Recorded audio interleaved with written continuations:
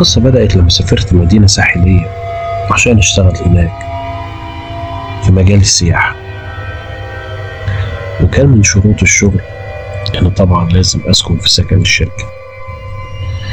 وكان مشكلته إن بيبعد عن العمار حوالي من ساعة ونص لساعتين في حتة معروفة اسمها الرويسات، حتة مقطوعة.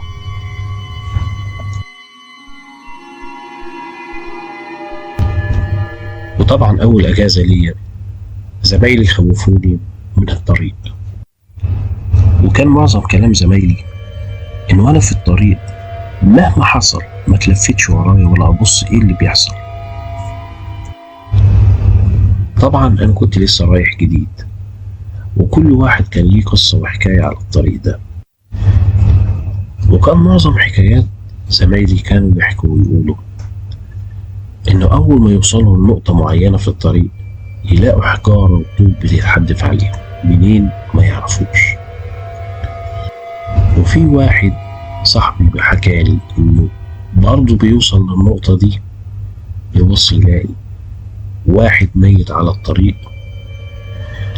وناس ملمومة حواليه كتير، ويجروا وراه ويقولوا انت اللي موته، وحكايات من كده كتير. ومن أشهر الحاجات اللي ممكن تشوفها على البحر واحدة ست بتبقى قاعدة بالليل لابسة اسود، مهما حاولت تبص في وشها عمرك ما تعرف تحدد لها ملامح. حاجة فعلا في قمة الرعب. الست دي لو حاولت ان انت تطفل عليها صدقني مش هيطلع عليك نهار تاني.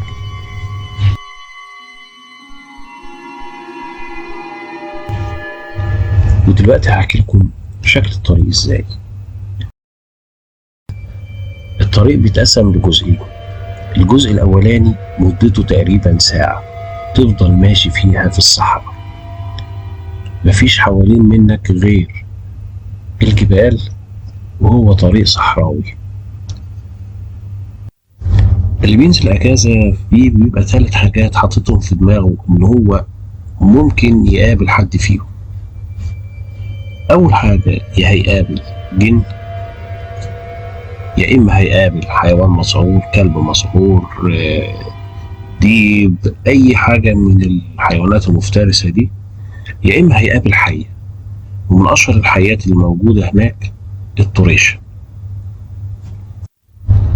طبعا بنبقى ماشيين في الصحراء وعارفين وشبه متأكدين ان احنا لازم نقابل حاجة من ال3 دول.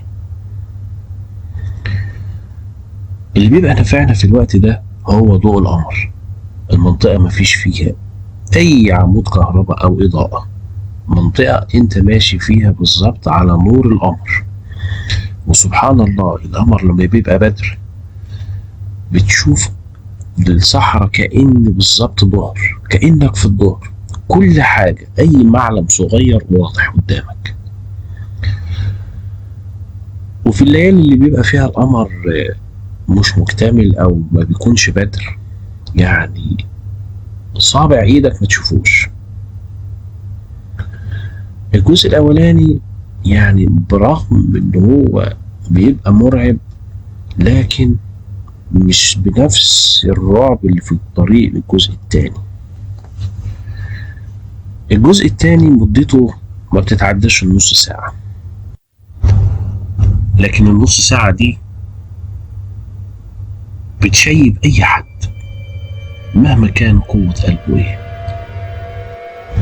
وفين كنت نازل أجازة، وللأسف الشديد كانت أجازتي المفروض تبدأ من الساعة 11 بالليل.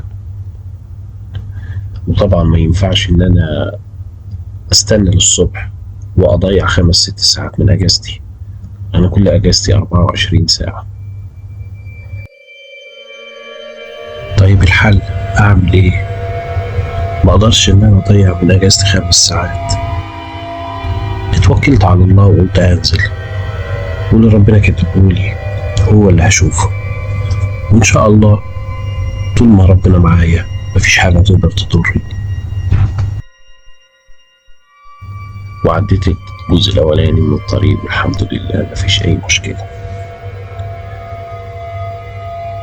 أنا ماشي على أساس إن معظم زمايلي كلامهم كل ده بيمر قدامي، كأني بالظبط بعيش فيه.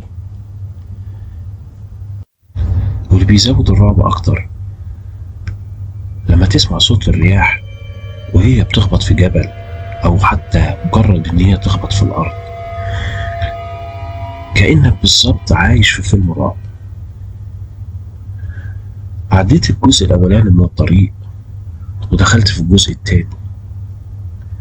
الجزء التاني عبارة عن طريق أسفلت وفيه كهرباء وعمدان نور، لكن منطقة قليل ما تلاقي فيها عربيات ماشية في الطريق. تبص على ايدك اليمين هتلاقي البحر الأحمر، وعلى الشمال الطريق جنب منه جبال. بتفضل ماشي نص ساعة تقريبا في المنطقة دي لحد ما توصل لأقرب حتة عمار. ولما تعدي الجزء التاني من الطريق الرعب بيزيد أكتر، مش عشان القصص اللي انت بتسمعها، لا، صوت الرياح لما بتخبط في الجبال تعمل صوت مرعب فعلا. وبيزود الرعب أكتر صوت موج البحر وهو بيخبط في الصخور، وتسمع صوت همسات كأن في حد بيوشوش ورا ودنك. بجد قمة الرعب فعلا، قمة الرعب إنك تمشي في الطريق ده بالليل. لكن اللي حصل معايا غير اللي كان بيحصل مع زمايلي.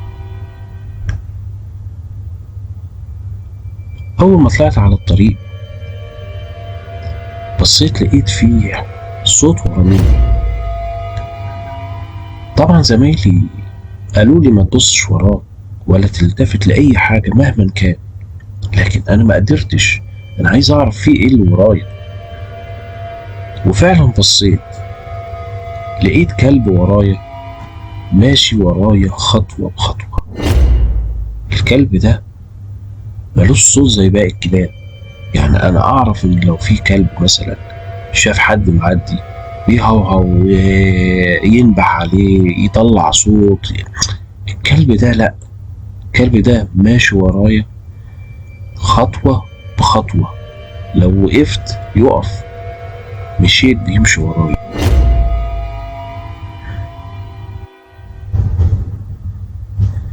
الغريب اللي في الكلب حجمه مش طبيعي، ما بين ايديه ورجليه المسافة كبيرة غير الكلب العادي خالص، كأنه طويل.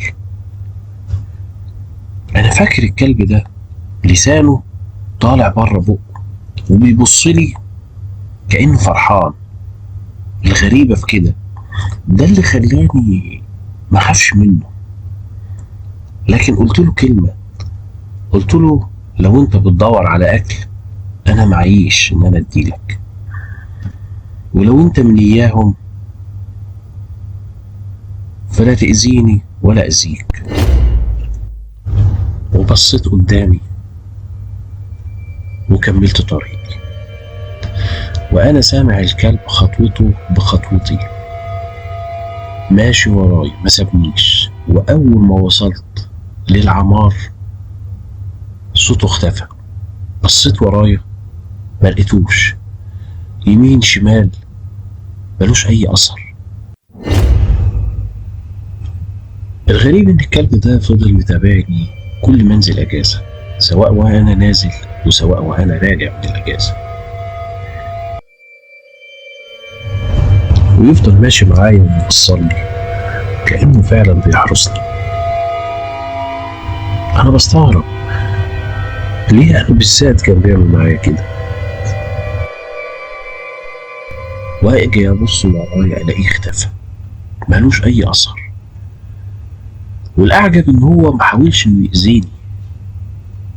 الله أعلم هل فعلا الكلب ده بيحميني مثلا، معرفش، لكن محاولش إن هو يأذيني.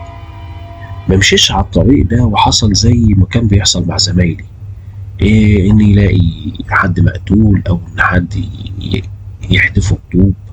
ما كانش يحصل معايا كده، كان يحصل معايا العكس. يفضل الكلب ده وأنا نازل يقابلني من عند النقطة اللي كان بيحصل فيها حاجات الرعب لزمايلي،